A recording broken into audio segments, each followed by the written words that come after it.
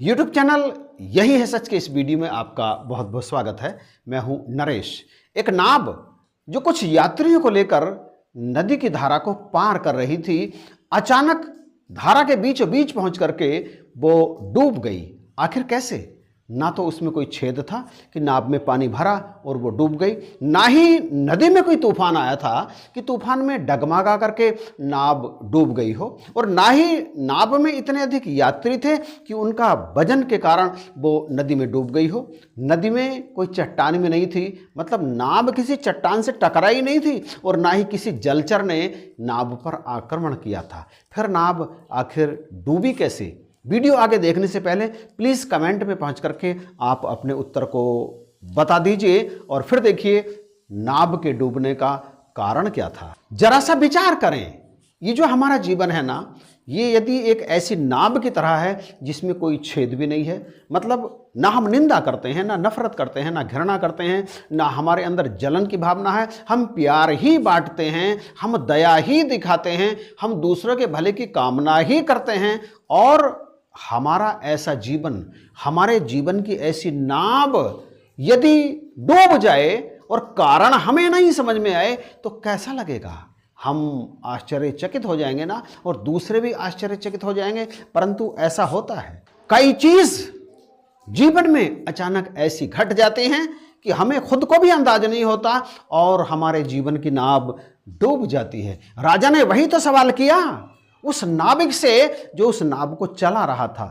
छेद भी नहीं था, यात्री भी अधिक नहीं थे, चट्टान भी नहीं थी नदी में, जलचर ने भी आक्रमण नहीं किया था, तो फिर नाव आखिर डूबी कैसे? और इस पर उस नाविक ने जो उत्तर दिया उसे सुनकर सारे दरबारी और राजा भी आश्चर्यचकित रह गए। नाविक ने कहा, एक व्यक्ति ने नाव में थूक दिया था, इस कारण नाव डूब गई। नाविक की बात सुनकर राजा के आश्चर्य का ठिकाना नहीं रहा।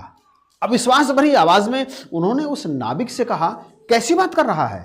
एक व्यक्ति नाव में थूकता है और नाव नदी की धारा में डूब जाती है, ये तो बिल्कुल असंभव सी बात है। पूरी बात बता, आखिर हुआ क्या था? इस पर उस नाविक ने कहा, महाराज, उस व्यक्ति ने नाव में थूक दिया।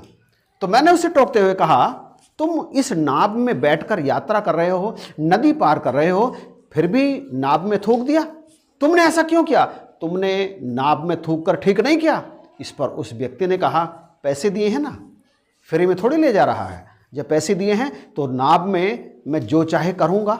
इस पर मैंने कहा, पैसे देने का, किराया देने का मतलब ये नहीं है कि तुम जो चाहे करो। तुम नाव में पैसे देकर थूकोगे क्या?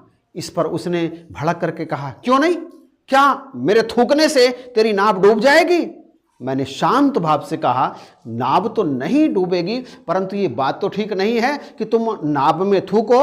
राजा साहब नाविक की बात से सहमत थे, और मुझे भी ये 100% यकीन है कि आप सब भी नाविक के साथ होंगे, उसकी बात से सहमत होंगे। यदि हाँ तो कमेंट में यस लिखिए ना। और राजा साहब ने तो कह दिया, किराया देने का अर्थ ये नहीं है कि वो साला नाव में थूकेगा। परंतु उस नाव में बैठे हुए कई व्यक्ति राजा साहब की बात से सहमत नहीं थे, उस नाविक की बात से सहमत नहीं थे। इसलिए उन्होंने कहा, क्यों भाई, किराया दिया है इसने तो ये नाव में थूक क्यों नहीं सकता? इस पर उस नाव में बैठे हुए कुछ लोग ऐसे भी थे जो नाविक की बात से सहमत थे। उन्होंने कहा, गलत कह रहे हो तुम गलत का साथ दे रहे हो, ये बात ठीक नहीं है।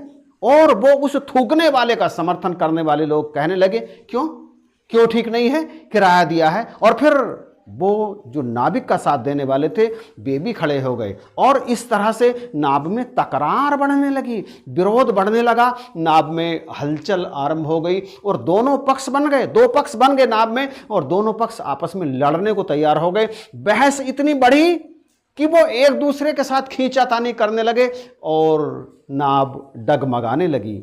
विरोध, तकरार, लड़ाई झगड़ा इतना अधिक बढ़ा कि नाव बुरी तरह से डगमगाई, और फिर अंततः वो नाव नदी में पलट गई और डूब गई।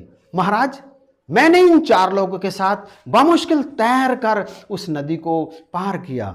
शेष लोग नाव के साथ ही नदी की भेंट चढ़ गए, उसमें डूब गए। मैं इनके साथ सीधे आपके पास आया हूं और आपसे यही सवाल करना चाहता हूं कि आखिर मेरा दोष क्या था, मैंने उसे थूकने को टोका, क्या मैंने गलत किया, और मेरा साथ देने वाले उन लोगों का क्या दोष था, क्या हम सब गलत थे? उस नाविक के प्रश्न का उत्तर देने के लिए राजा साहब सोच में बैठे हैं। आप भी सोच में बैठ जाइए, आप भी सोचिए कि नाविक का दोष क्या था, उन अच्छे लोगों का दोष क्या था। आज भी हमारे देश की नाव डगमगा रही है, तमाम अच्छे लोग अच्छे कार्य कर रहे हैं और देश को उबारने का काम कर रहे हैं, स्ट्रॉन्ग करने का काम कर रहे हैं, परंतु कुछ लोग ऐसे भी हैं जो अपनी गलत हरकतों से इस नाजुक दौर में, इस कोरोना के दौर में भी बाज नहीं आ रहे हैं। वो नाव को, देश की नाव को डुबाने में कोई कसर छोड़ नहीं रहे हैं। आखिर क्यों? आखिर कुछ लोग क्यों गलत लोगों का साथ देने के लिए तैयार हो जाते हैं? यह एक बहुत बड़ा सवाल है। लॉकडाउन का समय है और कई जगह कर्फ्यू लगे हुए हैं, लोग सोशल डिस्टेंसिंग का पालन भी कर रहे हैं, तमाम लोग मास्क भी लगा रहे हैं, घरों से बाहर नहीं निकल रहे, शासन प्रशासन लगातार अपना कार्य कर रहा है, परंतु इसके बाद भी तमाम ऐसे लोग हैं जो अपनी ही मर्जी से चल रहे हैं, ना मास्क लगा रहे हैं, ना सोशल डिस्टेंसिंग का पालन कर रहे हैं। लोगों को कोरोना पीड़ित करने में वो लगे हुए हैं, संक्रमित करने में वो लगे हुए हैं। अपने आप को तो बचा नहीं रहे हैं, बल्कि दूसरों को भी इस बीमारी की चपेट में लाने का प्रयास कर रहे हैं। इस बार तमाम लोग दुनिया को छोड़ करके जा रहे हैं। उनमें से तमाम ऐसे हैं जो अपनी गलती से नहीं, दूसरों के कारण जा रहे हैं, दूसरों के कारण संक्रमित हो रहे हैं। देश कभी भी बाहरी ताकतों से नहीं झुक सकता। अंदर के जयचंद ही देश को शर्मसार करने का काम करते हैं, अंदर के जयचंद ही देश को हराने का काम करते हैं। तो कृपा करो, बख्शिश करो, हम सब सतगुरु माता जी के गुरसिख हैं। हमें इन्होंने सिखलाई है देशभक्ति, हमें इन्होंने सिखलाई है मानवता, इंसानियत की सेवा करना, और ये सदा ही हमसे बहुत उम्मीद रखते हैं। तो हमें इनकी उम्मीदों पर पूरा उतरना है, खुद भी कानून का पालन करना है, खुद भी उन सारे के सारे इंस्ट्रक्शंस को मानना है जो शासन और प्रशासन दे रहा है।